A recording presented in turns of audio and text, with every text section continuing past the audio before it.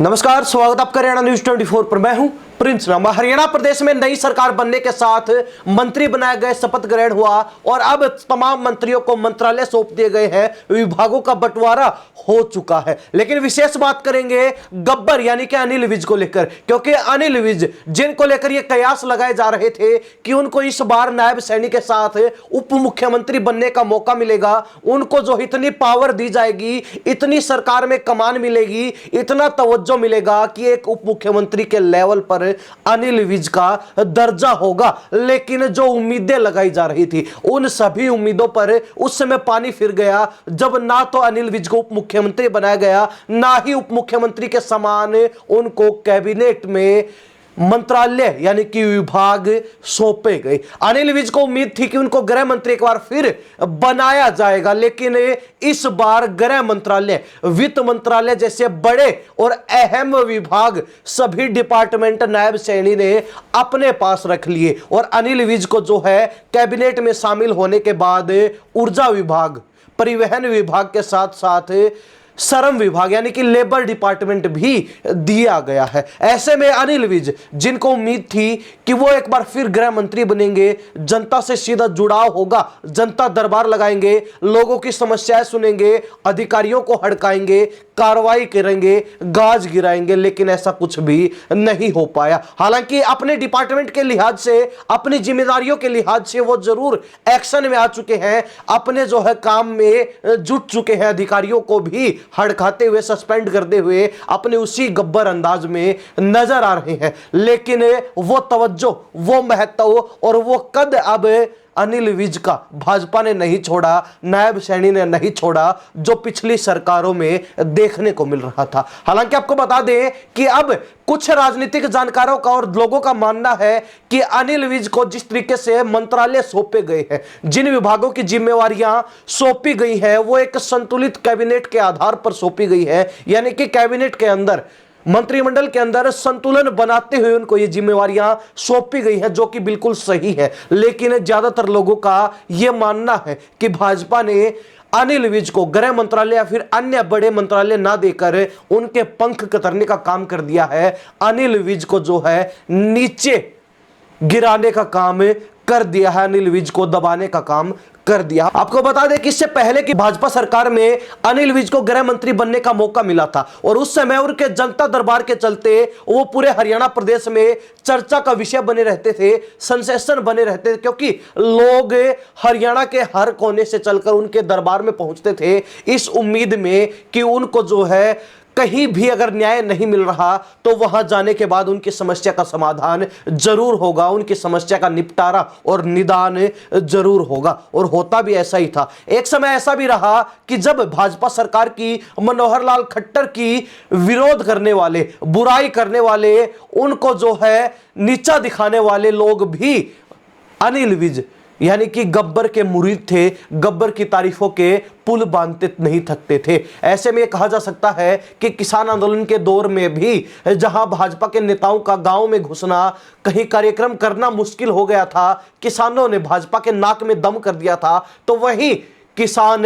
अनिल विज की तारीफ करने से भी पीछे नहीं हटते थे। भाजपा के अंदर हरियाणा प्रदेश में एकमात्र ऐसे नेता थे अनिल विज, जिनको शायद ही किसानों के विरोध का सामना किसी समय करना पड़ा हो। लेकिन भाजपा के अन्य नेताओं के हालात उस समय क्या थे, वो किसी से छुपे नहीं। खुद मनोहर लाल खट्टर के हेलीकॉप्टर तक को जो किसानों ने नहीं उतरने दिया था। तो ऐसे में अनिल विज जिस रुतबे के साथ काम कर रहे थे, जिस दबदबे के साथ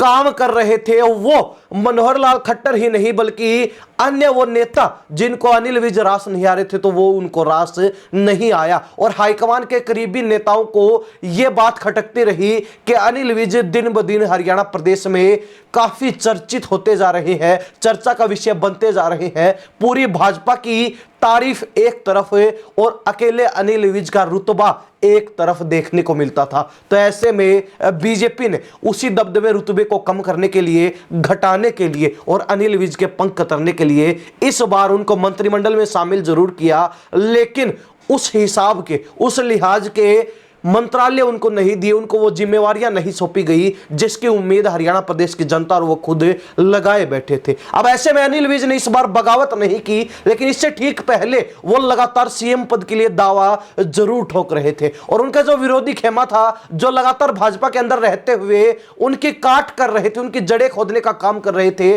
उन नेताओं को भी मौका मिल गया और उन्होंने अनिल विज के सीएम पद पर दावा ठोकने वाली बात को पार्टी के साथ अनुशासनहीनता का दर्जा दे दिया और उन्होंने पूरा प्रयास किया कि अनिल विज को मंत्री ना बनाया जाए, अनिल विज को नजरअंदाज किया जाए, दरकिनार किया जाए। हालांकि भाजपा अनिल विज को नजरअंदाज करने में नाकामयाब रही, अनिल विज को मंत्रिमंडल में शामिल करना ही पड़ा, अनिल विज को मंत्री बनाना ही पड़ा। लेकिन भाजपा ने मंत्रालय वितरित करते हुए, विभागों का बंटवारा करते हुए बड़ा खेल कर दिया और अनिल विज को जो है झटका देने का काम किया, उनके पंख कतरने का काम किया। अनिल विज जिनको उम्मीद थी गृह मंत्रालय या फिर वित्त मंत्रालय जैसे महत्वपूर्ण विभाग उनको मिलेंगे, लेकिन ऐसा नहीं हुआ और उनको ऊर्जा, लेबर और परिवहन मंत्री बना दिया गया। हालांकि एक लिहाज से देखा जाए तो यह मंत्रालय भी कम नहीं है, इन मंत्रालयों का दबदबा भी, रुतबा भी कम नहीं है, लेकिन फिर भी एक गृह मंत्री के सामने